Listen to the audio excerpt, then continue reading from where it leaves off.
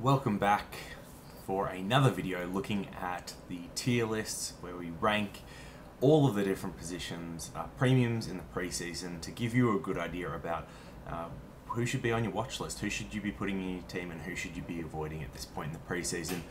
My name is Jackson. With the help of Supercoach George's Discord, we have ranked all of the premium midfielders to make it as easy as possible to get the 2021 season underway. So in the last video for defenders, I went through all of these options and kind of gave my own rankings and then popped them on the list. But that was over 20 minutes and that was with half as many players. So I think for this one we're just going to jump straight into where the Discord rated them overall, and I think for ones that kind of look out of place for me, I might talk about why I would move them. We might do that at the end, but let's just jump into it and go straight into the rankings. So first of all, Oliver got into S tier. I think he didn't get a perfect vote across the board, but there was only a few that disagreed with him with finishing top 8. Makes a lot of sense. I mean, he's young. He's been pretty durable apart from some injury history with his shoulders, and I think he's the number 3 mid on total points over the last 4 years. So yeah, high score, very durable, great age bracket, should continue to do well. King Neil is going to reign number 1 as long as the Tiermaker will let me put it up there. Should be no surprise. Got perfect votes across the board, Lockie Neil. He's been ultra durable, very high score, I think number 1 for the last 2 years, and just keeps on kicking on. I mean, his price is crazy, but the scoring, the durability, the banking on a captain like that, just yeah, great option. Treloar is a little bit of a tricky one. He is all the way down in tier 3, the B tier, so he's someone that could finish top 8, but there's multiple doubts, I guess, as to why he'd be able to actually get up there and finish in the top 8. And I think it's pretty easy when you look at both his soft tissue injury history and then I guess the confusing nature of the Dogs midfield. How do they fit in? Baz, Treloar, Bont, McRae, Dunkley, Hunter. It's yeah, something's got to give. So look, he's even someone that I would say maybe won't finish top 8, but yeah, the Discord's ranked him at the bottom of B tier. Next up, Chera. So Chera gets a probably unsurprising, will not finish top 8. I think that kind of makes sense. I mean, he's definitely an up-and-comer, but whether or not he gets enough mid-minutes, especially with Brayshaw and Sarong coming through, Fife still getting time in there, whether he can take that next step this year, that seems pretty unlikely. But it's one that's kind of popped up as a cheaper option. So yeah, one I'll be avoiding, but I do see some appeal in that. Brayshaw, geez, I think he's another one that's going to end up in tier 4. Probably above Chera, but yeah, once again, young. I mean, his kicking efficiency hasn't exactly been great, so kind of easy to see why. He's not predicted to finish top 8. I mean, he doesn't have that history either. McGrath, I'd be very surprised if they put him anywhere but in this tier here. There we go. Yeah, he's yeah, above Chera, below Brayshaw. There we go. So McGrath is an interesting one. I mean, yeah, he definitely took another step last year with Essendon's midfield, moving more to the inside, and you could see his star continue to rise this year. He's someone that, like, maybe I could see putting, at the bottom of B tier, but I guess it's hard to put him above someone like, Treloar, who's at least been there, done that before, even if his situation's a bit weird. Essendon's going to take a step back, and there are other midfielders in there that are going to be taking points. So yeah, this makes sense. Alright, so I think rather than going through the list and each of them like this and me trying to find them on my spreadsheet, I think I'm just going to go down the order of the spreadsheet. I think that's going to make things a little bit easier. Alright, so maybe we'll start from the bottom. So 2 busts, let's jump into them. So Libba and where's the other one? Rory Sloane. Now, maybe I'm missing something here, especially with Sloane. Maybe he's just so past it now. I'm not sure what his age is. He must be getting on, but anytime someone's actually been top 8, top 10 before, for me it's really hard to put them down and bust. But I guess with all the talk of all these new Crows kind of getting midfield time, Laird pushing up into there as well, it's, I guess, very foreseeable that he doesn't actually play enough midfield anymore to score any better. And the Libba one, I don't know, it feels a little bit unfair that he's been picked on. I don't see him as worse than any of the other options. Once again, we talked about all the Dogs midfielders, and I omitted him. So, there's like 8 that need points, and yeah, I can see why he's one that people would shy away from, but their midfield always looks better with him in and under, and he can't really play any other position. So unless he's just not getting named in their 22, this feels weird that he's so much worse off than everyone else. But then again, you know, he's never finished top 8. Can't see it happening this year. So yeah, I can see the Bus ranking. I mean, for midfielders, Bus were kind of saying we'll finish outside the top 20. And like, maybe that's harsh. I don't know. So then, bottom of C tier, we've got, in his new colours, Brad Crouch. That's a weird one for me. I mean, there's not exactly too many other point takers in the Saints midfield apart from Steele. He's an accumulator. He's shown his scoring potentials in the past. Someone like, I don't know, I might be more interested in him than like Chera or Brayshaw. Probably not McGrath, but yeah, it feels interesting that he's got picked on so badly. Next is Sarong, so yeah, another up-and-coming midfielder in that Freo group, and yeah, just unlikely to score enough, but you know, could surprise. Yeah, could surprise, but yeah, I think this is a solid rating for him. Next is someone that missed a lot of last year. It's Cunnington and his hair plugs, and yeah, he was a premier midfielder at one point in time, but it's really hard to see him getting back there, especially with North in a rebuild phase. Next up is the human meatball, Dion Prestia. Someone that I think got really close, or might have even finished top 8 one year. He did have really good durability up to one point as well, but yeah, just one I can't see him making there. I mean, Richmond's never been known for creating Supercoach relevant midfielders outside of generational talents in Dusty. So yeah, that feels about right to me. Rockcliffe, where is he? The pig. Anyone that used to play Fantasy or Dream Team will have a fond spot in their heart for Rocky, but yeah, just never really translated to Supercoach success. And while he has done well in the Port Adelaide midfield, not relied on the same way, and just will never get back to that level of scoring. Yo is up next, and oh man, he's fallen off. He looked like he could have been, like, to draw a comparison, someone we're going to talk about later, Jack Steele, like a few years ago, Yo was like almost in the same mold, right? He'd been playing jobs. I mean, he'd be doing more half-back than tagging like Steele had, but then, yeah, very defensively sound player that then got more midfield time, got off that chain, and he had like a year and a bit where he was really good and just fell off after that. Greenwood is up next, and like, boy, it feels weird putting him across some of these other ones. Like, yeah, he set like a record for tackles last year. It's unlikely he repeats that. Well, record for tackles on a like per game basis. It's just so unlikely that they repeat something like that, and there's not enough else in his game that is going to propel him. So he's definitely a will not finish, but like, I don't know how he's anything but a bust here. But anyway, he ended up one above Yo. Next is Bailey Smith, and once again, the talent is there. He looks great. He also plays football really well, but yeah, just too much talent in the Dogs midfield. Hard to see his avenue to actually, crack into a top 8 anytime soon. Next up is Took Miller, so just above Baz there. Like, he's an electric player. Does some absolutely brilliant things, but has some stinkers. So yeah, he doesn't have the consistency or seemingly upside to actually push up. Maybe with someone like Rao back in the side, it frees him up to score better over a season. But yeah, I wouldn't be putting any eggs in that basket. Cam Guthrie, really interesting because he's not one that you would think about that is Supercoach relevant, but had a really strong back half of the year and seems to be someone that's flourishing as some of the Cats' old guard takes a step away from midfield time. Is he good for standard? No, but yeah, interesting option.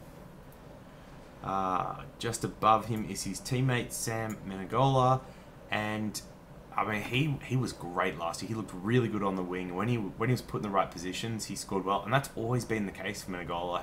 There were years where he was 100 averaging forward option.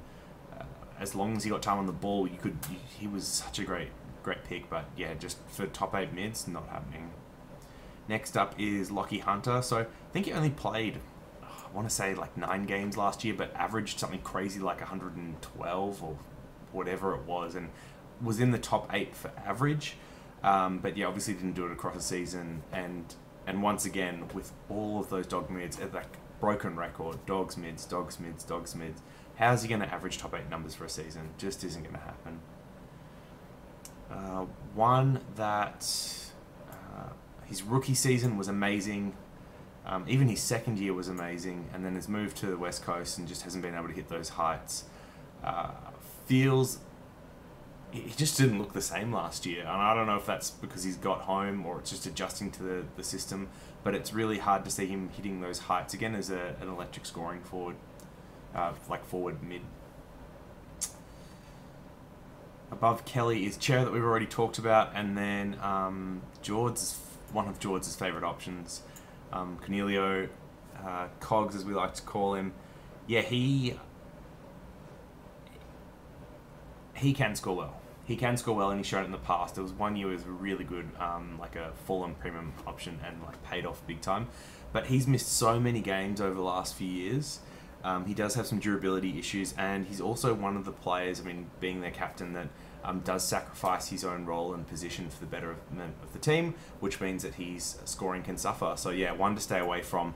I would actually have put him like maybe at the bottom of could, because there is a way where he just gets to play enough midfield time and gets back up to his best, which is a top 8 finish. But yeah, would be staying away from Cogs. Alright, above him is someone reaching the twilight of their career. Pendlebury has been a great premium for so long, but yeah, is definitely starting to fade when it comes to scoring. A little bit of a resurgence last year, especially with you know, the need for big bodies around the ball, but yeah, it's something that he's just going to continue to fade away from that top 8. McGrath we already spoke about, and then next is the person that he was drafted ahead of, Hugh McCluggage. Look, this is another one people talked about saying, you know, he could get to top 8.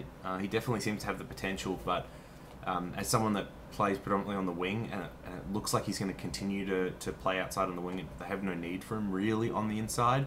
Hard to see him, you know, cracking to the top 8. You almost never bet on a winger making it a top 8 midfield position. After McCluggage, we had Brayshaw, and then above him we have Jai Simpkin. One that people are getting pretty excited about in the preseason, especially given his price and the North, you know, transitioning through their rebuild. One that I would stay away from. He was somewhat frustrating to own last year with his up and down scoring and just what North did, especially with like game plan changing again. Probably one I'd stay away from, but there's been tons of good reports, so he could definitely surprise the upside, but not one I would be starting with to finish in the top 8. Just a lot of risk there. Mitch Duncan is up next. I mean, Mitch is Mitch. He could get close, but he won't be top 8. Above him is Tim Taranto. Taranto is another one of those young GWS players that looks like he has the potential to be a star, to be an elite scorer, and he's shown glimpses of it across his career so far. Is 2021 the year that he puts it all together, is fit for a year, and reaches that premium scoring potential? Probably not. Andrew Gaff is up next.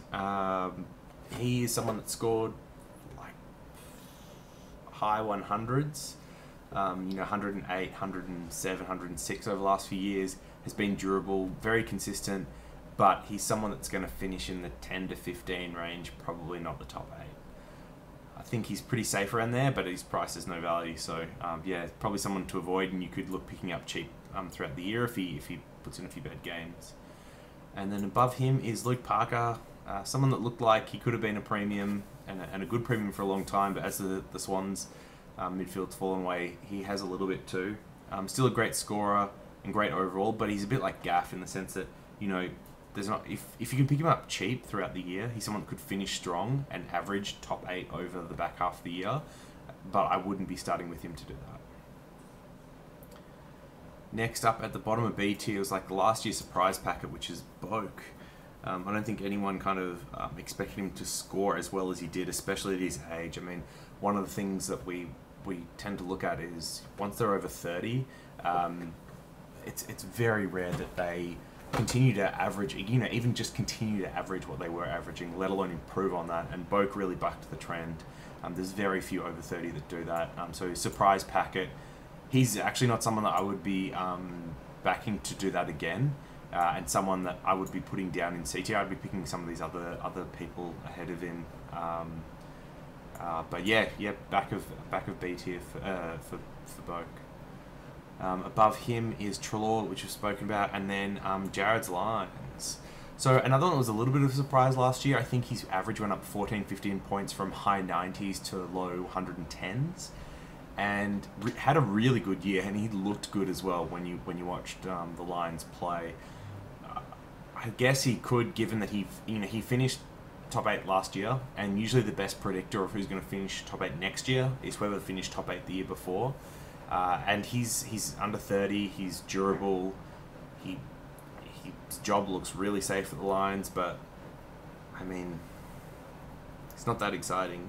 And given that the 1 year spike's been in like this COVID affected year where the Lions got to play a lot of games at home, and Jared Lyons, the Discord did some research on this, he really scores so much higher around Brisbane and the Gabba than he does anywhere else, that, you know, there's a little bit of concern, I guess, around him travelling. So yeah, I kind of like him as a B tier option. Given he has finished top 8 in last year, he could do it again, but there are some big question marks there. Above him is Matt Crouch. So yeah, someone that's finished, I think, top 8 before. He's generally been pretty durable, but that's a little bit more up and down in recent years. Big accumulator, not great by foot. He's one of the worst players in the league, him along with his brother, when it comes to DT versus Supercoach ratio. When you look at these midfield options, and like, it's just really hard to back them in, because at this point in his career, you really expect him to pick up that much more efficiency in a pretty average Crow side. Unlikely. So I would even say he's someone that probably will not, and I wouldn't have had him above, like, you know, Lions in particular. But yeah, Matt Crouch, probably lucky to be where he is. Someone that is a surprise to be this far up is Matt Rao, and definitely a very hot preseason option. I think he's like at 40-50% owned, and his price looks very juicy. His start to last year was electric, and he looks like he could be, you know, the best midfielder since Judd and Ablett. He might even be better than them based on what we saw in those first 4 games, but there is no player that I'm aware of ever, especially a midfielder, that in games 5 to 27, which would be his, you know, him playing 22 games this year, has ever averaged high enough to be a top 8 finish in Supercoach. So you're backing Matt Rao in to do that, coming off a shoulder reconstruction, and for me that says that's got all the hallmarks of will not finish top 8. You might get some value out of his price. He may not be a bad pick, but if you're looking for who's going to finish top 8, I struggle to see it being Matt Rao. One above him is the other cheap young gun, Sam Walsh. Showed a lot, especially towards the back half of last year, and really stepped up when Cripps had quite a poor year. A lot of people are thinking he can take the next step when it comes to scoring, especially with the talk of him going more on the inside this year. Some question marks around, you know, picking a breakout is always hard, even when they've got, you know, the talent and pedigree of Walsh. And with players like Williams coming in as well, that is going into the midfield as well, there's going to be a lot of mouths to feed. So can he get there? Yeah, possibly. Do I like him more than Rao? Yeah, I think so. He's rated above Rao for me at the moment, but I've called on him a little bit. It's one of those things that, you know, for both these players, it would be great if we had 2 or 3 preseason games to really get a good look at how the midfield's looking, who else is going through there, how they're working with it, how fit they are, and we're just not going to get those, and that puts extra like risk into picking either of these two. Above Walsh is Taylor Adams. Look, really interesting pick. He has scored so much better when Treloar's not been in the side, that he does have the ceiling effectively to be a top 8, but he has a long history of injuries, especially soft tissue ones, and, you know, will his body hold up? I think he was actually pretty good when it came to the injury front last year, but it hasn't been his track record. So as a unique option, you know, if it fit your buy structure or whatever, and I don't know the buys at this point in the year, so I have no idea if Collingwood's buy. I think it's the last one actually, right? In which case, not a bad start. But yeah, like, maybe he should be rated higher. I don't know. He's one that I would not be surprised to see top 8 end of year. Above Taylor Adams is one Nat Fyfe. And this is a really tricky one because obviously Fyfe's been one of the best midfielders for years, and his Supercoach scoring has backed that up as well. But he's had injuries, and it looks like he may be going forward and spending more time forward. One, to look after his body, but two, to give these young midfielders, Brayshaw, Cheros, Wrong, more midfield time. It makes it really hard to back him in as someone that that should or will finish top 8. So, yeah, he has the scoring pedigree, but it just seems so unlikely that he either plays out the full year or plays it in midfield that he'll get there. Above him is one of my favourite options every year, Josh Kelly. So, fun fact about Kelly, I think 3 of the last 4 years he's averaged in the top 10. But not once has he actually finished top 10 in overall points. He is someone that has been plagued by injuries, and it's really hard for anyone to actually say he should or will finish top 8. I mean, all he has to do is be on the park for 22 games this year, and I guarantee you he will be top 8. But that's the thing. Can he stay on the park for 22 games? By all preseason reports, he's fit, firing. He won their 2K time trial. He hasn't had any setbacks. In great shape. But yeah, it's still really hard to back him in to actually be fit for the full year. Up next is Cripps. Oh, Cripps. We can take a pause there.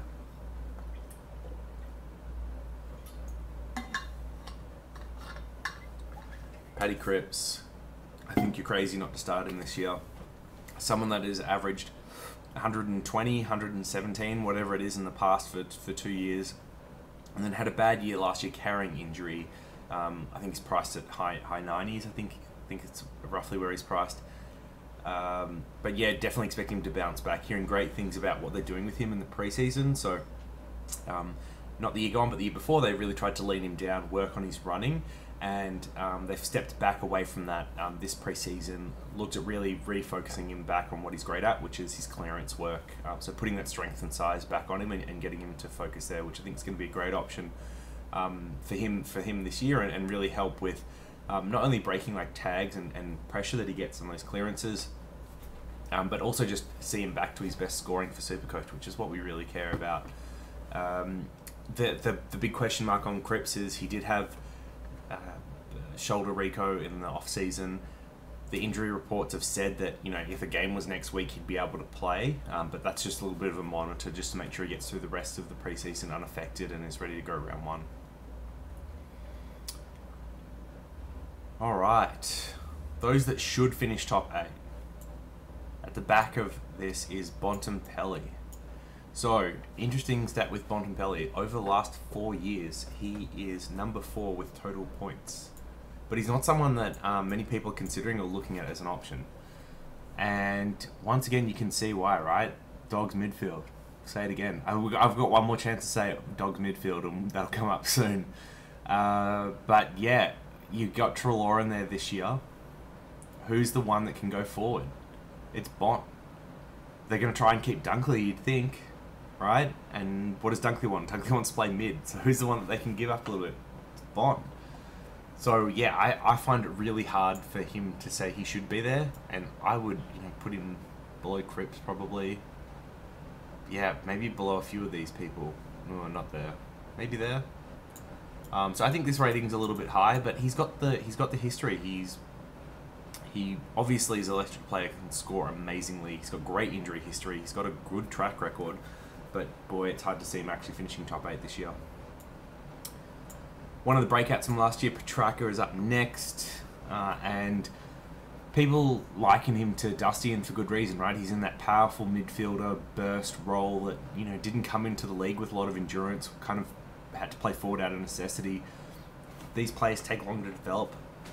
And last year, he had the frame, he had the speed, and he had the endurance for shortened quarters and a shortened season. But boy, he looked great. The big question is, can he carry that over into full quarters in a full season?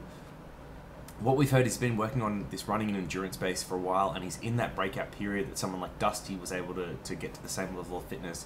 So I think there's a really good chance that he can keep that up. Should he finish top 8? I guess, like, you may have some questions around endurance, and I always have questions around people backing up their breakout year. It rarely happens. We'll talk about it with Steele as well. But I think there's maybe, like, of the best premiums, one of the top 10 was actually able to back up their breakout year by improving their average.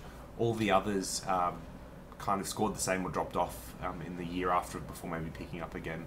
So I struggle to see him scoring as well as he did last year, and I think we might see him drop back a little bit, but yeah, I don't hate him as someone that should be there. Above him is Zach Merritt. So a bit like Bont, super consistent over the last year. I think top 5 on average. Top 5 on total points over the last 4 years, but has had years within that where he hasn't actually finished top 8. So really good injury history for the most part. Does have good scoring potential, but susceptible to a tag, and his scoring hasn't been the best depending on where Essendon have moved him around. So he's someone that I quite like as an option this year. It's a contract year for him. He was in really good form by the back end of last year, and the training reports that I heard from some of the track watchers said that when he came back this year, he's usually a late starter in the sense that it's not that he's unfit, but he might be carrying a little bit of extra weight. It doesn't look like he's really ramped up his training when he comes back.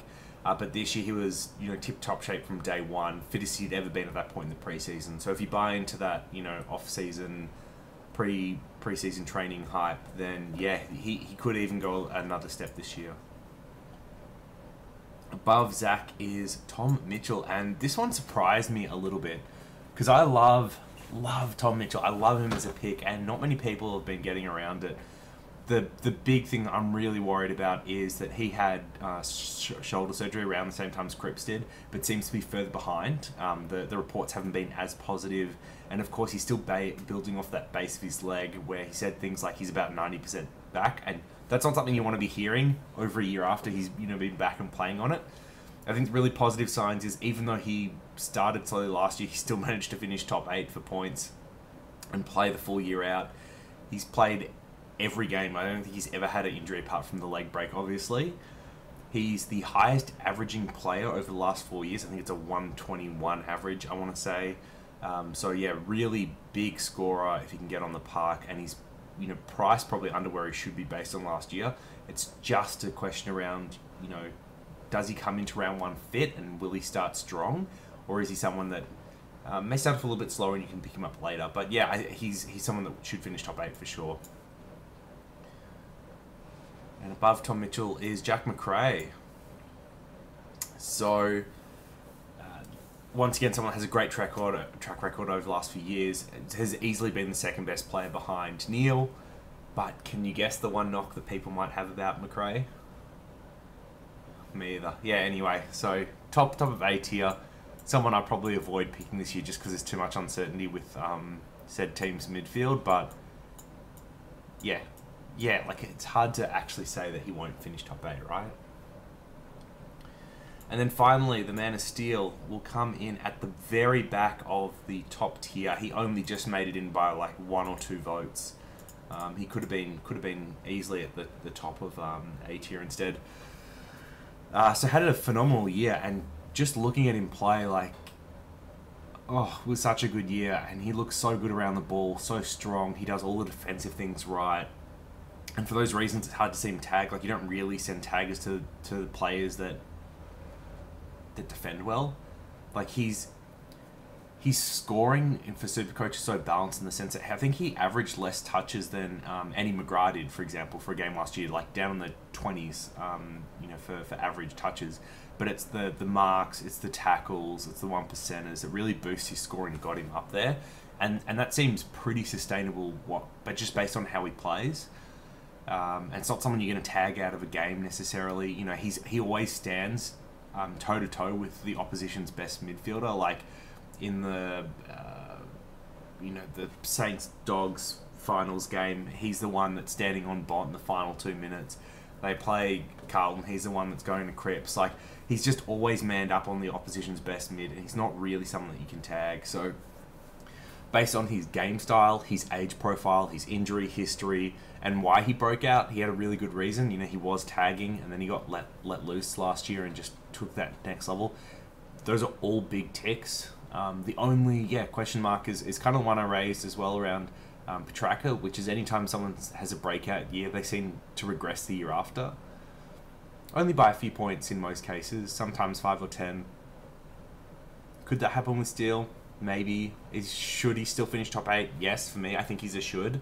I really have a hard time backing him over like these two, who are proven performers. But I don't know. I can also see why people would prefer to jump on him rather than someone that's got an injured preseason, or someone, you know, whose midfield minutes may be up for grabs.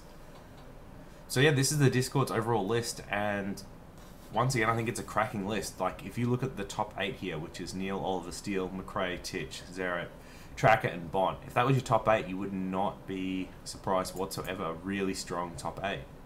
And then you've got guys like Cripps, Jelly, and Fife knocking on the door. Strong. Yeah, I really like this. The ones I'm unsure about are Walsh and Rao. I think the preseason hype have got these rated a little bit too high at the moment. And I think, you know, someone like Gaff that has sit outside, just outside the top 10 for many years, maybe a little bit underrated. I mean, he's not going to get to top 8, but maybe underrated. But yeah, that's it. That's the tier list for midfield premiums. If you would like to join in the next conversation, we'll obviously be looking at the forwards next. Search out Supercoach George, find his Discord, it's in all his socials, and yeah, come chat some Supercoach. 2021 should be a ripper year. See you in the next one.